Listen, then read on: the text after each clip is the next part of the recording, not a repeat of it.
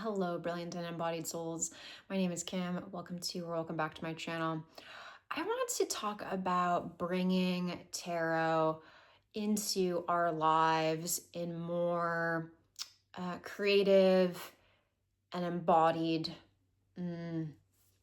practices and reminders, and how do we as tarot enthusiasts really embrace our love of tarot beyond when we sit down to read the cards or play with our decks or make content or whatever it is that we're doing with the actual cards. This idea is being inspired by a couple of factors. Number one, I have the Telos Tarot by M.M. Moline, and that is a talismanic tarot. Reading the guidebook for that tarot and hearing M.M. Moline talk about her process around creating that deck on Fortune's Wheelhouse with T. Susan Chang got me thinking about how we can really bring tarot into our lives in like more embodied, what's the word I'm looking for? Like manifest ways. On that podcast, she described a friend of hers who was opening a pizzeria, and that friend really wanted to bless the space and consecrate this new business opportunity and space and everything surrounding the pizzeria. With protective elements and generative elements, and they're friends, right? So M.M. Moline was like, well, I created this new tarot deck that's talismanic in nature, so you can use the images from this deck, which are infused with magical energy. Like, you can take an image from this deck and incorporate it into the space. I don't remember exactly how that was done in practice, but the example serves, right? We can bring the energies of tarot into what we're trying to have happen in our lives. In this case, the pizzeria being protected. I think that they used, if my memory serves, I think they used the Six of Discs in M.M. Moline's Talismanic Tarot. But it was really interesting to hear M.M. Moline and T. Susan Chang talk about, what card they would actually pick. And they like brainstormed a little bit, and then M.M. Moline eventually revealed what they actually landed on. So that conversation has really gotten me thinking. The other thing, number two, that's really gotten me thinking about this idea of bringing tarot more and more into our lives is my acquisition of this monstrosity of a deck. It is the Maravilla Tarot by Rosanna Staus. I think that's how you pronounce it. I will leave a link to a full walkthrough of this deck over, I'm forgetting the name of the channel, but I'll leave all the information in the description box. Did a full walkthrough of this deck.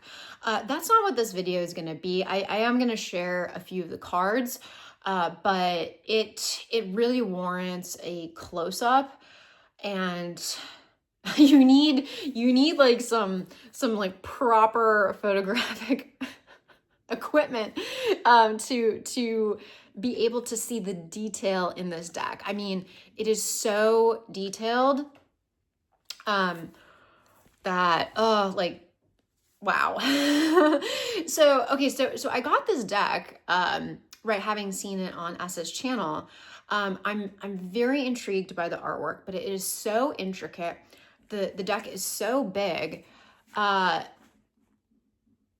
was like, well, what do I even do with this? I mean, I don't really want to shuffle it. I frankly don't know how. If you have any ideas, please comment below. But that's also, I knew how big it was when I purchased it. I will also leave a link to where you can purchase this deck. If you're stateside, I was able to get a copy for a reasonable price at a independent bookstore located in Miami. It's a Spanish speaking or Spanish language bookstore. The creator, I believe, is Spanish. So I'll leave all that info down below. Just a quick side note, which is a quick warning. There are people trying to sell this deck online for unreasonable prices. They say it's rare. It doesn't seem to be rare. You can find reasonably priced mass market copies. I only paid $30 US plus shipping for this deck. So heads up. Okay, so like, yeah, I got this massive deck. I knew how big it was. My intention wasn't necessarily to use it in a particular traditional kind of way. So now I'm like, well, how do I work with it? I don't want it to just sit around. What do I do? So I have been brainstorming. So that's a really part of the purpose of this video is to talk more about this and what I plan to do with this particular deck. And then thirdly, I'm just somebody who wants to take my interests, and I'm very interested in tarot, and like really infuse my life with those interests. I come from this school of thought that we are what we practice, meaning, what we spend our time doing influences who we become. So I spend a lot of time reading the cards, and so that in and of itself is enough. That's enough to reap the spiritual benefits of a card practice. And yet I want to take it further. I want to embody the essence of the tarot in my life. What does that look like? To be determined. Excuse me. So this video is really about brainstorming together, me rambling a little bit. So at this point in the video, please grab a cup of tea, fold some laundry, just put me on in the background, because this might be a bumpy ride.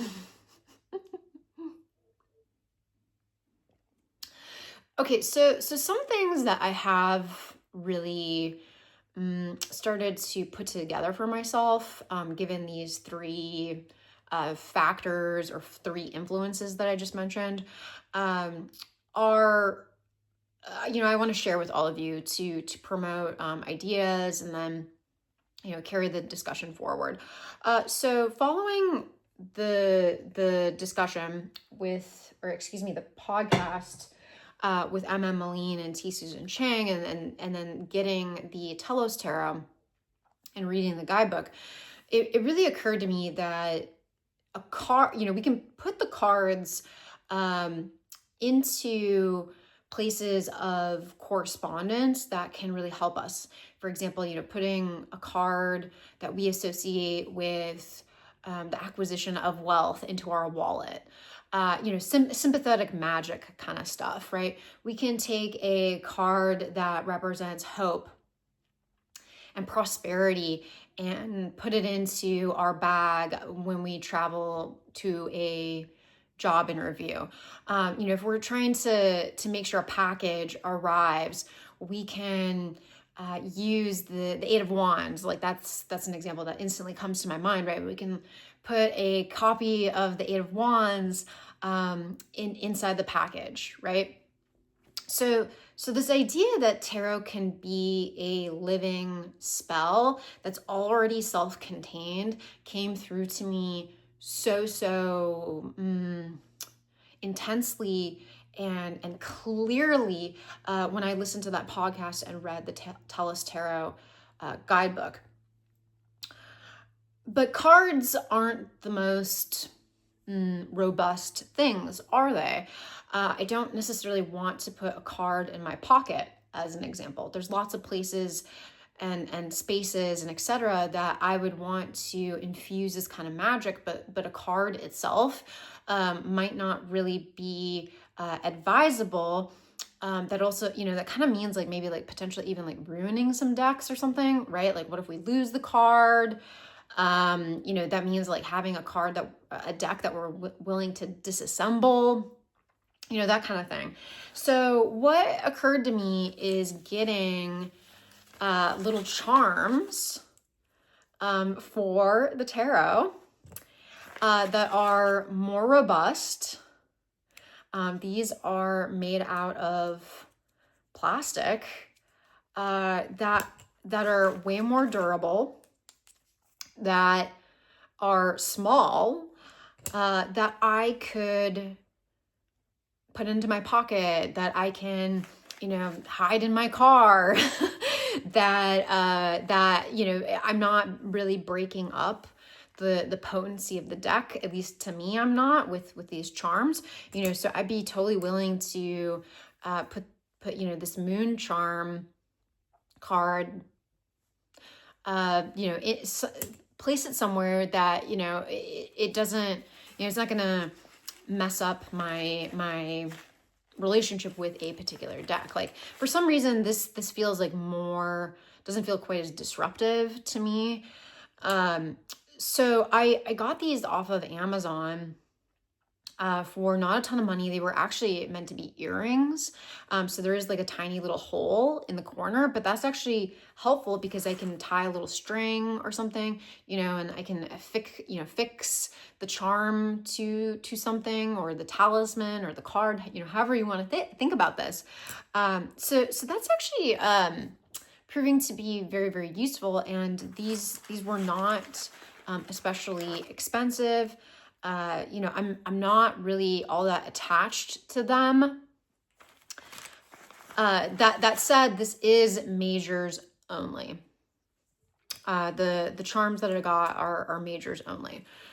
I have seen, very expensive charms, which are the full deck. They're made out of metal. I went on an extensive internet search to procure these, or like find what was useful to me.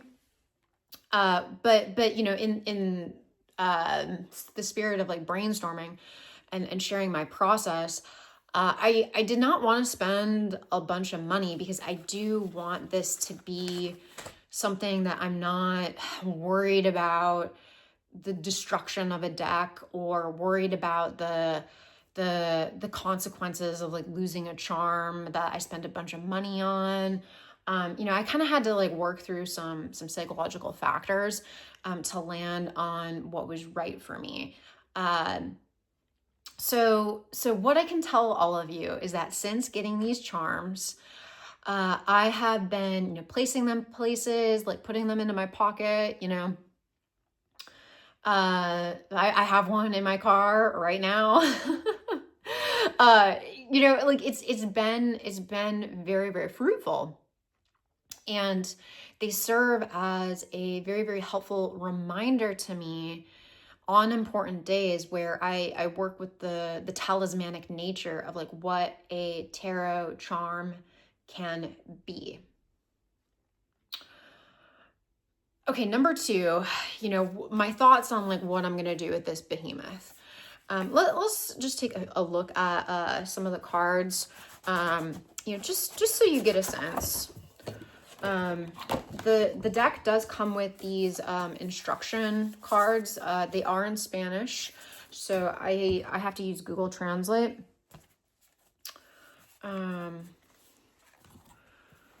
Here's the Fool.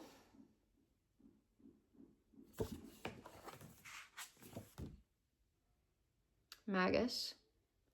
I mean, as you can see, the artwork is so intricate and complex and evocative, downright provocative. This is a maximalist deck for sure. I started to look at the cards when it arrived last week, and honestly, I was like, whoa! I felt a visceral like overwhelm and like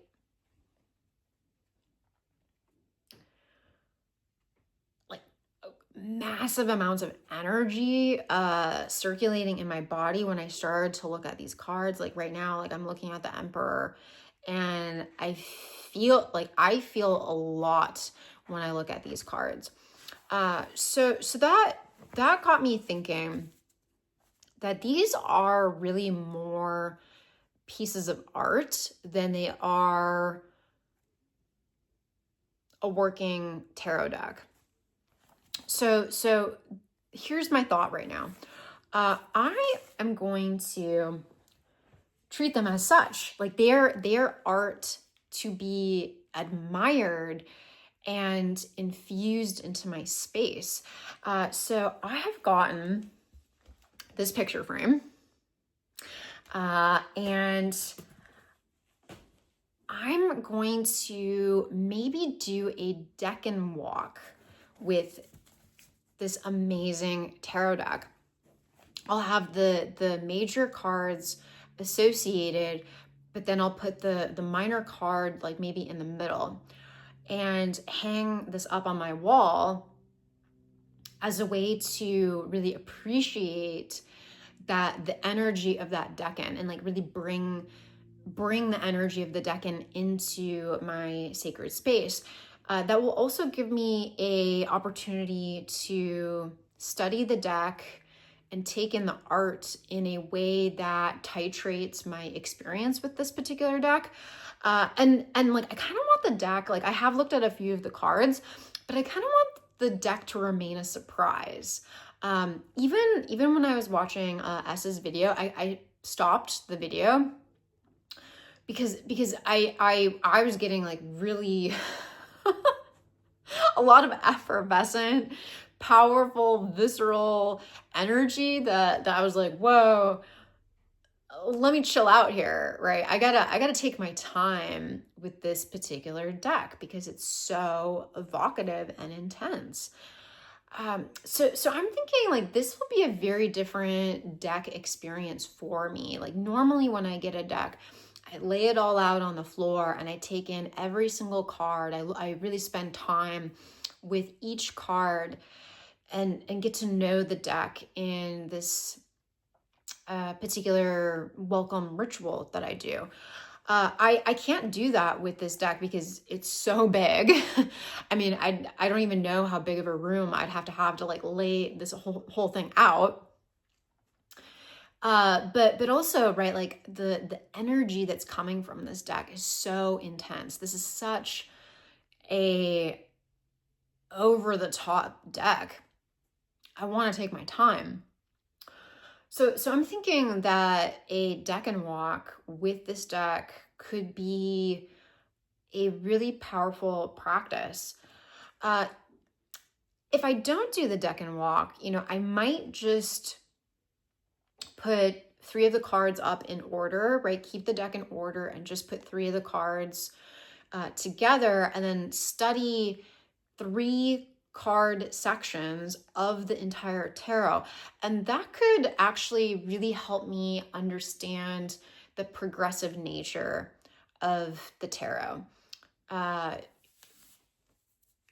What is the Fool, the Magus, and the High Priestess? Like, what are those 3 cards? What story are they telling together? And then keep going 3 by 3 by 3 through the entire deck. That has been another thought of mine because I have gotten this picture frame. Yeah, in terms of other brainstorm ideas with like really bringing like this deck and tarot into my space. I did think about getting single picture frames and, just having a card up. I do have a space where I could prop the card up in kind of an altar sort of way. I think these cards are great tarot cards to bring into a altar space or a working tarot space. So those are some other ideas of like infusing tarot into our lives. You know, and then in addition to this, like this bigger theme, right, of like living the tarot. I've been contemplating doing some kind of daily ritual where I draw a card and, you know, maybe I try to bring an element of that card into what I wear, what I eat, an activity I do. You know, like really try to embody the card in a very visceral kind of way. Now, what deck to use in this ritual, that would matter a lot. You know, kind of what actually comes to my mind is actually doing this practice with the Thoth Tarot, right? Like incorporating the colors, because like that deck is just so infused with, excuse me, so infused with like beautiful, beautiful colors. So I could see like trying to wear the color combinations, which would be a fun experiment in expanding my wardrobe. This should be sustainable, by the way. So I might not do that. But it could be like such an interesting practice to figure out how can I infuse the energy of this particular card into my day. But then we get into this tricky spot of like, well, what if I draw a card that the energy is not especially welcome, right? Because the tarot is the book of life, and some aspects of life aren't especially savory, to put it mildly. So what happens if, like, you know, the Eight of Swords comes up? Like, do I really want interference happening in my life? I don't think so. So I could see, right, if interference comes up, it's like, what's a support to interference, right? It might be the Six of Swords, as an example. So maybe I would move to bring the Six of Swords energy in to counteract the Eight of Swords, and in doing so, I become a living tarot tradition. I become the book of life through my participation and interaction with the cards. Wow, cool stuff. So cool. Anyway, these are just some of my rambles and thoughts on procuring the biggest tarot deck. So, okay, so to close this video, I will say this of this particular deck. It got me thinking, well, what is the biggest tarot deck ever printed? So I went online, I tried to Google and find out, and I think this actually might be the largest complete deck. There have been people who have made single cards that have been massive, but this might be the largest complete deck of cards ever printed. There's the giant Rider-Waite that US Games has, but that's not even close to as big as this guy. So fun fact, I may have purchased the largest tarot deck ever printed, and now I have to figure out what to do with it. And here we are at the end of this video. I think I have figured out how I want to work with it, based off of some of what I've shared with all of you. And I hope that this video has been inspirational, has given you ideas about how to infuse the energy of tarot into your life beyond the reading table. Tarot has so much to teach us, and this feels right to me. This feels next level for me. Yeah, I will keep you posted on some of the results. Thank you so much for joining me. like, subscribe, all that good stuff. And I will see you all in the next video. So much love till then. Bye.